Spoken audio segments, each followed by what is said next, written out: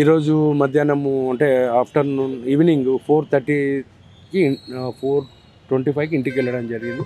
నా రూమ్కి వెళ్ళడం జరిగింది. ఒక 1 అవర్ రెస్ట్ తీసుకొని మళ్ళీ ఆఫీస్కి రావాల్సి ఉండే. 6 గంటలకు మా స్టాఫ్తో మీటింగ్ ఉండే. పోయినప్పుడు వెళ్ళినప్పుడే వాష్రూమ్కి వెళ్ళడం జరిగింది. ఆ వాష్రూమ్కి వెళ్ళి వచ్చే లోపల 4 గంటల 33 నిమిషాల నుంచి 4 గంటల 42 నిమిషాల వరకు దాదాపుగా తదేకంగా 14 ఫోన్లు రావడం జరిగింది. లాస్ట్ అది కూడా 4:42కే మళ్ళీ ఒకటి ఎంబడే హాఫ్ మినిట్లనే మళ్ళీ కాల్ చేయడం జరిగింది. రవికిషన్ రెడ్డి గారు, మాజీ councillor 7th ward Ravi Kishan Reddy గారు శ్రీనివాస్ కాలనీలో ఉంటారు.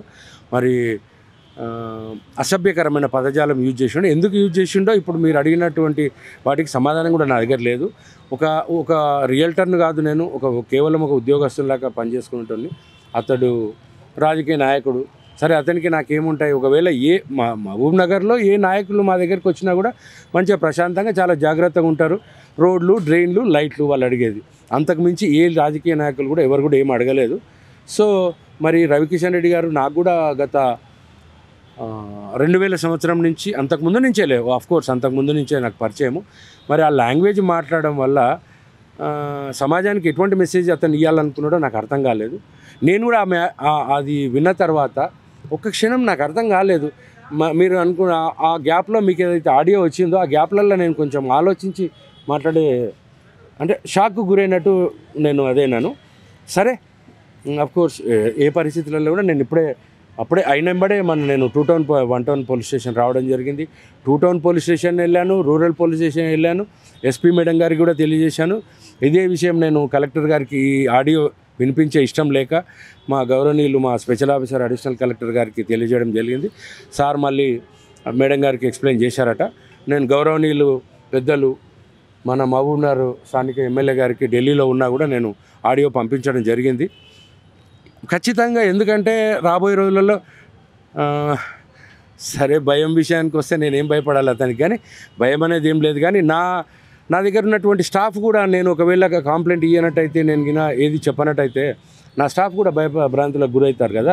రేపు ప్రతి ఒక్కరు కొంతమంది అనవసరమైన కొన్ని విషయాలలో కూడా నా స్టాఫ్ను బెదిరించడం జరుగుతుంది. కనుక నేను 100% స్టాండర్డ్గా ఉన్నాను. అంతటా అతని మీద కేసు బుక్ కావాలా, ఖచ్చితంగా ఎస్పీ గారు అతని మీద కేసు బుక్ చేయాలా, అతని మీద చట్టపరమైన న్యాయపరమైన చర్యలు తీసుకోవాలని కోరుకుంటున్నాను. అంటే సార్, గతంలో ఆయనకు మీకు ఎక్కడన్నా కానీ ఏదన్నా అంటే ఏదైనా ఒక సందర్భంలో ఈ రోజు వరకు నేను వచ్చి ఇక్కడ 3 నెలలు అవుతుంది. గతంలో 20 సంవత్సరాలు 25 సంవత్సరాల నుంచి కూడా నాకు అతనికి ఎక్కడ ఎటువంటిది లేదు. మరి ఏదో కొద్దిగా డ్రింక్ చేసినట్టున్నారని మన పోలీసు వాళ్ళు హాస్పిటల్కి తీసుకువెళ్ళిండ్రని నాకు తెలిసింది. మరి అది ఎంతవరకు నిజమో ఏం కథ. నేనైతే గవర్నమెంట్ హాస్పిటల్ దగ్గరికి వెళ్ళాను. నేను అక్కడి నుంచి మళ్ళీ ఎక్కడో తీసుకెళ్ళిండ్రని తెలిసింది నాకు. అతనికి పెండింగ్ పనులు ఏం లేదండి. ఇప్పుడు పెండింగ్ పనులు ప్రతి ఒక్కరికి, ఇప్పుడు మామ్నార్ మొత్తం డెవలప్ కావాలంటే ప్రతి వార్డులో మాజీ కౌన్సిలర్లు ఉండని, లేకపోతే ప్రజలు ఉండని, ఒక సీసీ రోడ్డు, ఒక డ్రైన్, లైట్లు, వాటికి ఈ లాంగ్వేజ్ ఉపయోగించడం ఎంతవరకు సభ్య సమాజం చూస్తుంది.